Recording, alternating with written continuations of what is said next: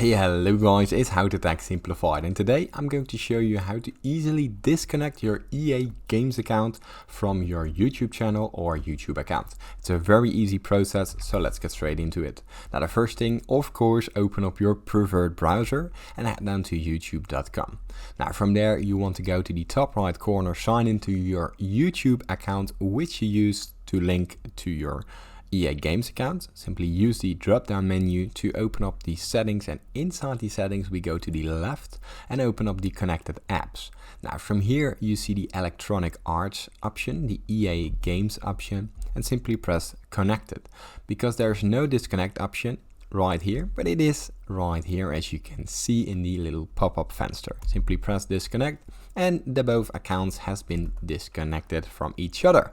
Now if this tutorial was helpful, please consider subscribing to my YouTube channel. This helps me a lot, and thank you for watching.